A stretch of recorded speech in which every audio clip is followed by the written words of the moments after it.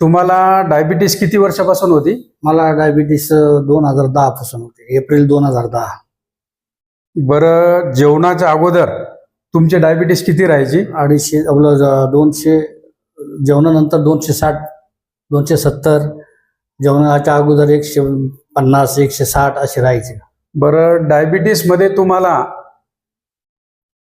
तुमचं बायपास कधी झालं? माझं बायपास 1 जून 2010 ला झाला. बरं, बायपास नंतर तुमची डायबिटीस किती राहायची? बायपास नंतर एवढीच राहायची माझी डायबिटीस, 200, 250, 300 पर्यंत जायची. बरं, डायबिटीस एवढी तुमची 350, 400 असताना तुम्हाला कॉम्प्लिकेशन म्हणजे त्रास काय काय जाणवायचा? अस्वस्थपणा वाटायचा, त्रास व्हायचा, एकदम हातपाय दुखायचे, चालता येत नव्हतं, मुंग्या यायच्या हातपायाला. बरं, आमचं समर्थ सोशल फाउंडेशनचे या फॉर्म्युल्यांची माहिती तुम्हाला कोणी दिली?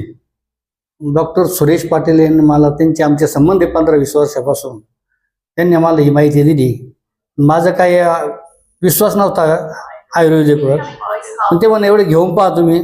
मग घेऊन पाहिल्यानंतर मला अगदी 20च दिवसामध्ये जाणवायला लागले की मला फरक पडला चांगल्यापैकी, म्हणजे जवळजवळ 50% फरक पडला.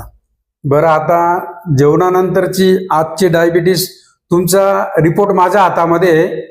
जेवणानंतरची जी डायबिटीस आहे तुमची 141 आहे आणि जेवणाच्या अगोदर बरोबर ही 98 आहे. 98. हा तुमचा रिपोर्ट माझ्या हातात आहे. हो बरोबर आहे. तर सर, तुम्हाला आमच्या फॉर्म्युल्यांचा एवढा छान रिझल्ट मिळाला, तर समाजासाठी, तुमच्या नातेवाईकांसाठी आणि मित्रपरिवारासाठी तुम्ही काय मेसेज देऊ इच्छिता?